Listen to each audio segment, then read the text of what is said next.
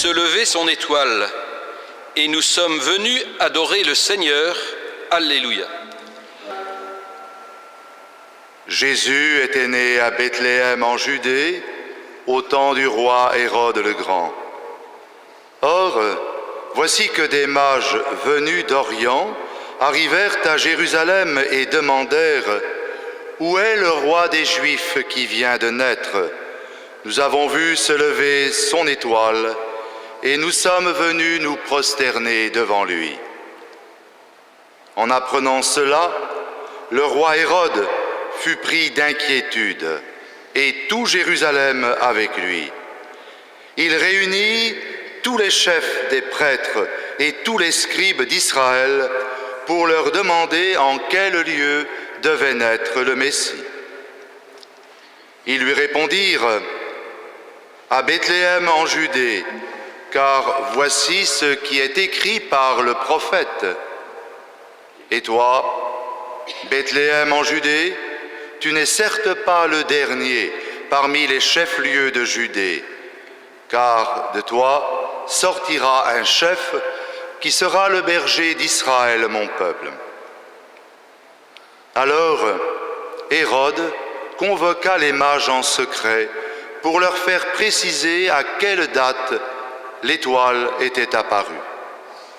Puis il les envoya à Bethléem en leur disant « Allez vous renseigner avec précision sur l'enfant, et quand vous l'aurez trouvé, avertissez-moi pour que j'aille moi aussi me prosterner devant lui. » Sur ces paroles du roi, ils partirent. Et voilà que l'étoile qu'ils avaient vue se lever les précédait. Elle vint s'arrêter au-dessus du lieu où se trouvait l'enfant. Quand ils virent l'étoile, ils éprouvèrent une très grande joie. En entrant dans la maison, ils virent l'enfant avec Marie, sa mère, et tombant à genoux, ils se prosternèrent devant lui.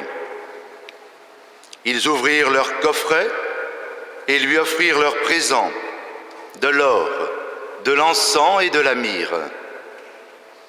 Mais ensuite, avertis en songe de ne pas retourner chez Hérode, ils regagnèrent leur pays par un autre chemin.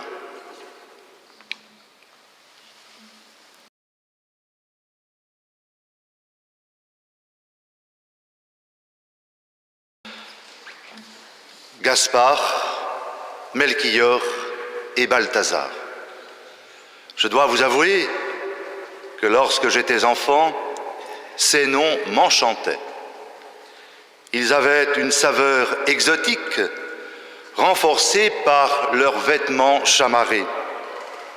Dans le monde rural, qui était alors mon horizon, non seulement ils apportaient l'or, l'encens et la myrrhe, mais aussi des pays inconnus, l'Africain Melchior et l'Asiatique Balthazar venaient rejoindre Gaspard l'Européen.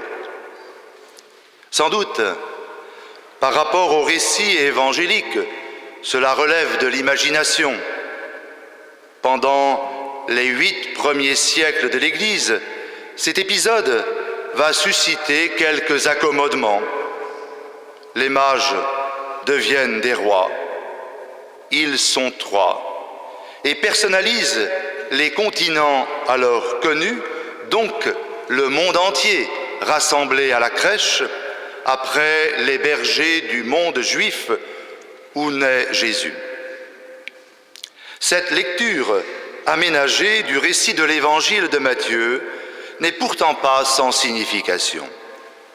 La nouvelle partit discrètement de la crèche et la lumière qui s'y est allumée sont appelés à traverser le monde.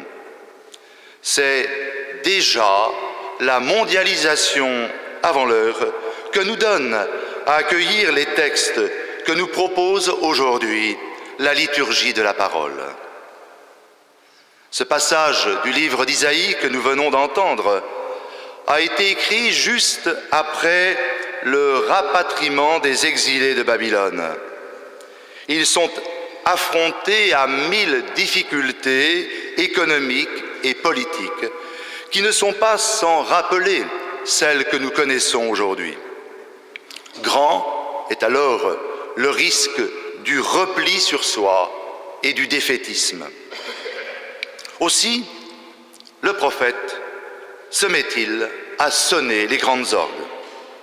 Jérusalem, personnifiée comme une mer, est envahie par la gloire de Dieu, enveloppée de son éclat, et par suite attire les nations dans une grandiose procession.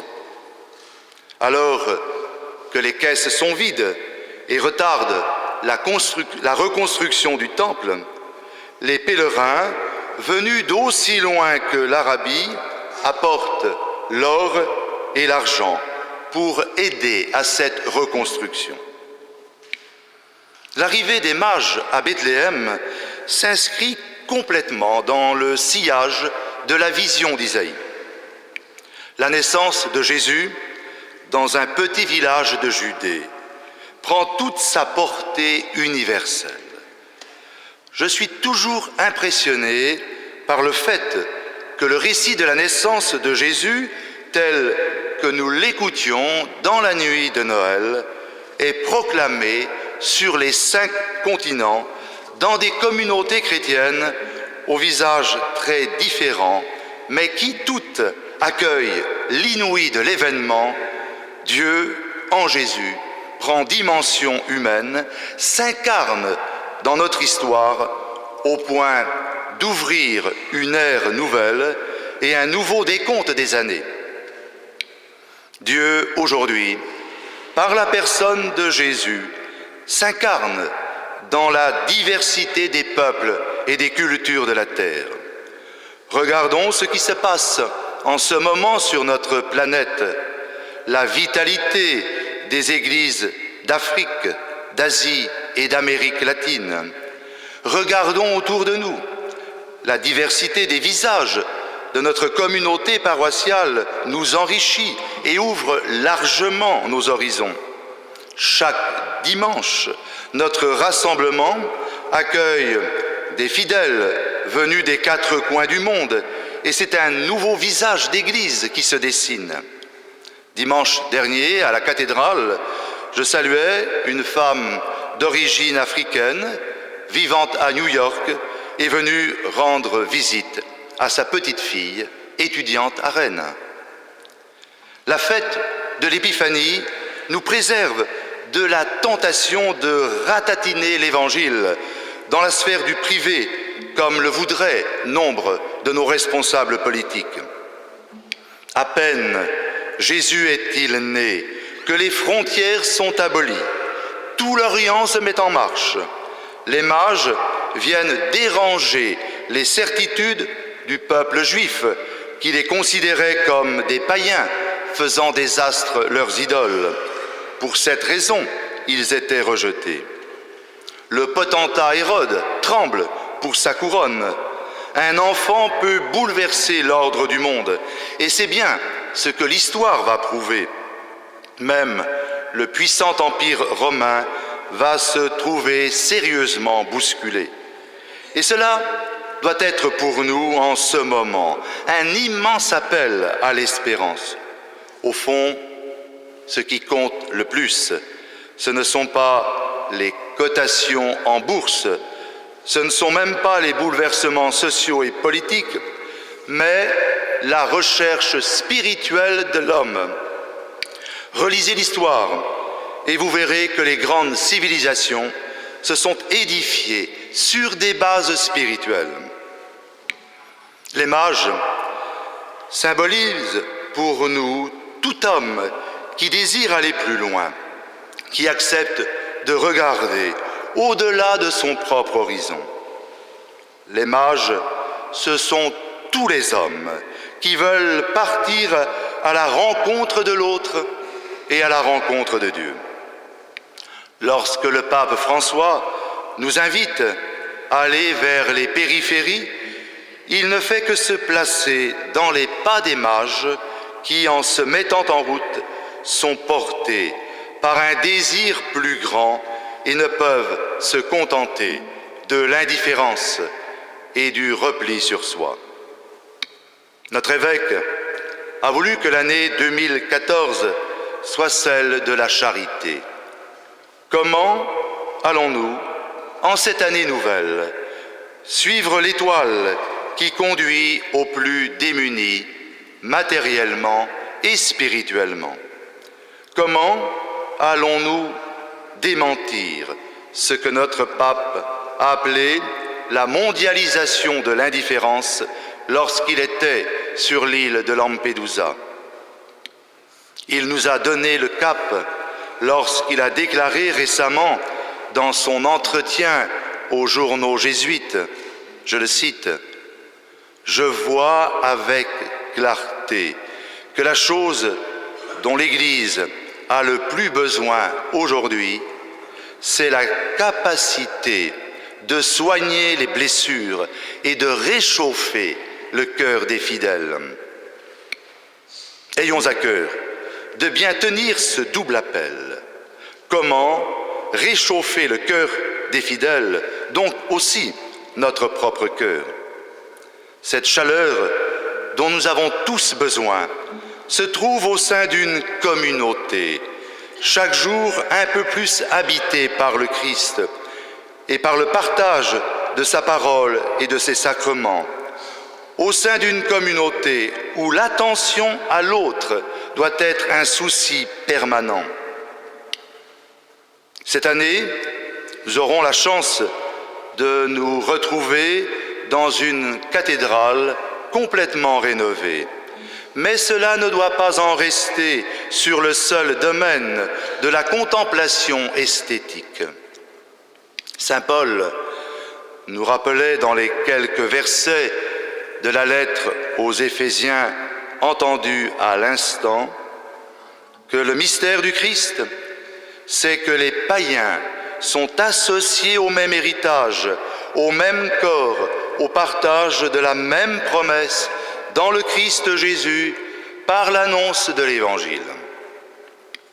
Je vois dans ce verset une magnifique définition de l'Église dans sa fidélité au Christ. L'Église est héritage, un héritage à ne pas garder jalousement, à ne pas gaspiller non plus, mais à faire fructifier. L'Église est partage, partage de ce trésor que nous avons reçu et que nous avons à transmettre, partage dans l'échange, la rencontre, la prière. L'Église, enfin, est ouvrage, ouvrage chaque jour à remettre sur le chantier, ouvrage qui nous pousse aussi à inventer de nouvelles voies pour renforcer notre vie communautaire, mais également pour mieux témoigner de notre foi. Si vous le voulez bien, retenez bien cette définition de l'Église. L'Église est héritage, partage et ouvrage. Je pense que ce moyen mnémotechnique permettra de vous aider à le retenir. À 2 reprises, nous avons déjà vécu un rassemblement général de communautés.